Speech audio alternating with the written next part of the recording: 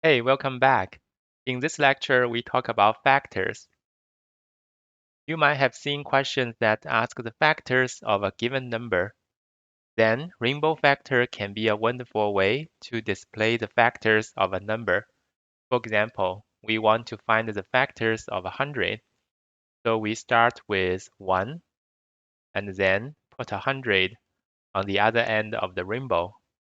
Then we know 2 is a factor of 100. Then 100 divided by 2, 50, will be another factor. So we put 50 on the other end. Then 3 is not a factor. Oh, 4 is a factor. So then 100 divided by 4, 25, will also be a factor. Let's continue. Then we have 5 and then 20. 6 is not a factor. 7 is not. 8 is not. 9 is not. But 10 is a factor. So we put 10. Okay, in this way, we find all the factors of 100. At this level, I recommend you to remember, at least you should recognize all the prime numbers within 100. So they are 2, 3, 5, 7, all those prime numbers within 100. So, for example, how to test if a number, the prime number, let's take 97, for example. So 97, if it's a prime number, if it's not a prime number, it should be able to write in two number time together. So let's consider 2 is not a factor. 3, at this time, you can use the divisibility rule of 3. We know that 3 is not a factor. And 4, obviously not. 5 is not. And all the even number is not a factor. And then 7 is not a factor. And then 11 is not a factor. Then you can stop, because if it can be written into two numbers, one number must be smaller than, say, yeah, should be smaller than 10, right? Because 10 times 10 is already greater than 97. So then you can stop. That means 97 is a prime number.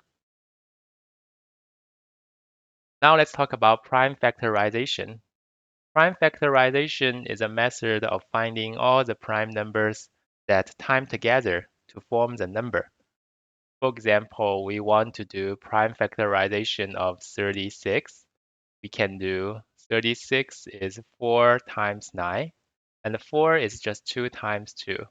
9 is 3 times 3. So 36 in prime factorization, it will be 2 times 2 times 3 times 3. So what's the use of prime factorization?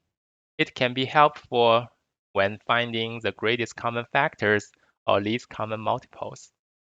Say in this example, we want to find the GCF, greatest common factor of 36 and 84.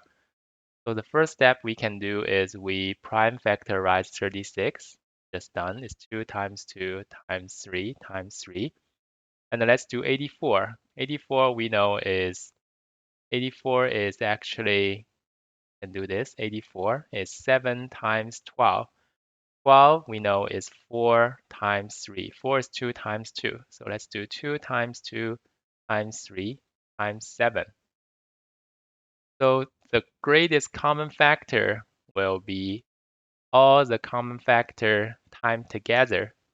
So 12 is a factor of 36, and 12 is a factor of 84. So 12 is the greatest common factor. So what's the least common multiple? Least common multiple will be 12, the greatest common factor, times the rest of them. So 12 times 3 times 7. This is the least common multiple. That will be 36 times 7, 252. Yes, this is a good way to find the least common multiple. Okay, let's see some real questions.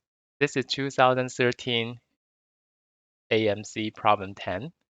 Let's pause the video and see if you can get it.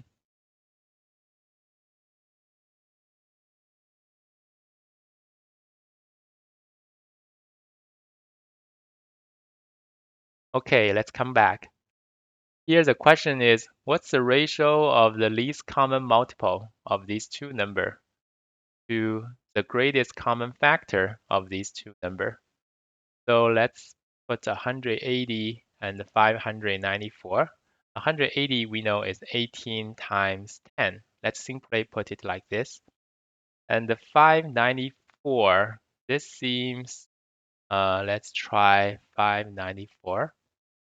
Probably you can try 18 times 33. Yeah, you can start like this. So 18 times 3. And then we can see here, because 10 and 33, they have no common factor with each other. So actually 18 is already the largest or greatest common factor. So this is going to be 18. What's the least common multiple? The least common multiple will be 18 times the rest times 10 times 33.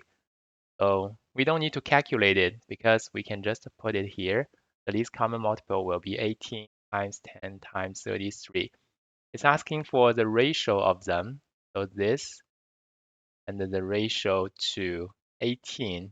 And we can simplify by canceling 18 on both sides. It will become 330 over 1. So 330 will be the answer. Yeah, this one is a little bit hard. Okay, let's see another one. So this is 2017 problem 7. Let's pause the video and think about it.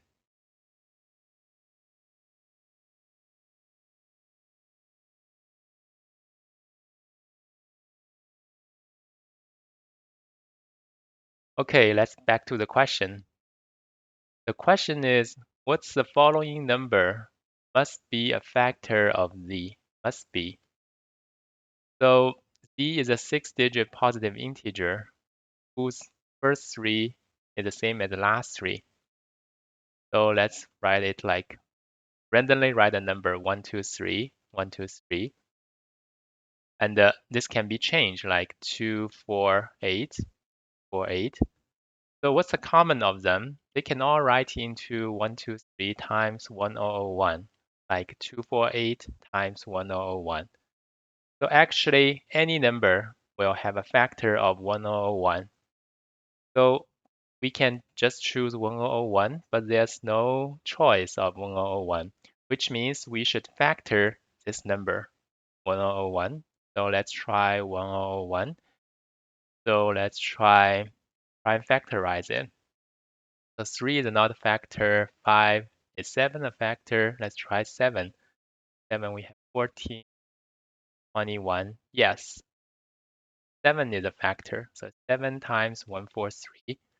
143, let's try 143. 143 is not a factor. 7 is not a factor, then try 11. So 143, try 11. Yes, 143 can write into 11 times 13. So 101 can factorize into 7 times 11 times 13. Which number must be a factor of z? So 11 is the only choice here. Okay, let's move on to the next one. This is 2016 problem 9. Let's pause the video.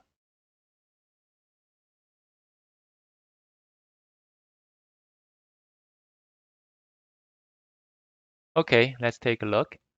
What's the sum of the distinct prime integer divisor of 2016? So here there are some keywords. We want to find the sum, and the distinct means different. Distinct different prime integer divisor of 2016. So let's try 2016 is a multiple of 8, right? So 2016 divided by 8 first, get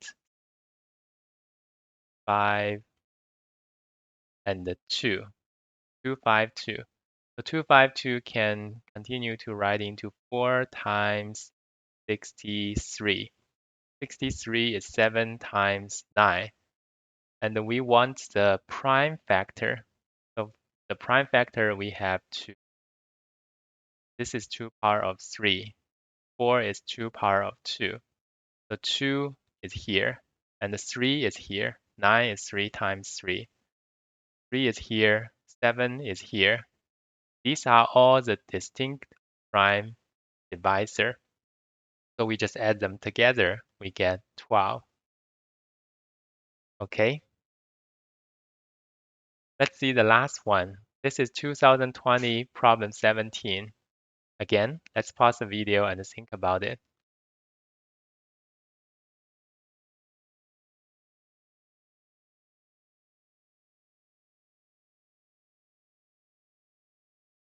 Okay, let's think about it. The question is, how many factors of 2020 have more than 3 factors? So we first need to find all the factors of 2020 and then see which of those have more than 3 factors. So we should use rainbow factor to demonstrate this. We have 1, 20, 20, 2, 10, 10. 3 is not a factor, so 4 and 5, 0, 5, 0, 5, right? And 5, that is 4, 0, 4. 6 is not, 7, no. 8, no. Then it's just 10, 202. And then should be 20. 20 is 101. And the 101 is a prime number. You can have a try, see if any prime number can factor 101, but actually not. So 101 is a prime number. And now we can actually stop here. So we can see we have 6 numbers. We have 6 times 2, 12 factors. How many of those have more than 3 factors? So we can eliminate those. 1 is not, 2 is not, 4 only has 3 factors. 4 only has 1, 4, 2, 3 factors. So 5 is not, 10 has, this 20 has, 101 is a prime number, so no. And the rest, they are all not prime numbers. So in total, we have 7 numbers that has more than 3 factors. Okay, I think we can stop here, and I will see you in the next lecture.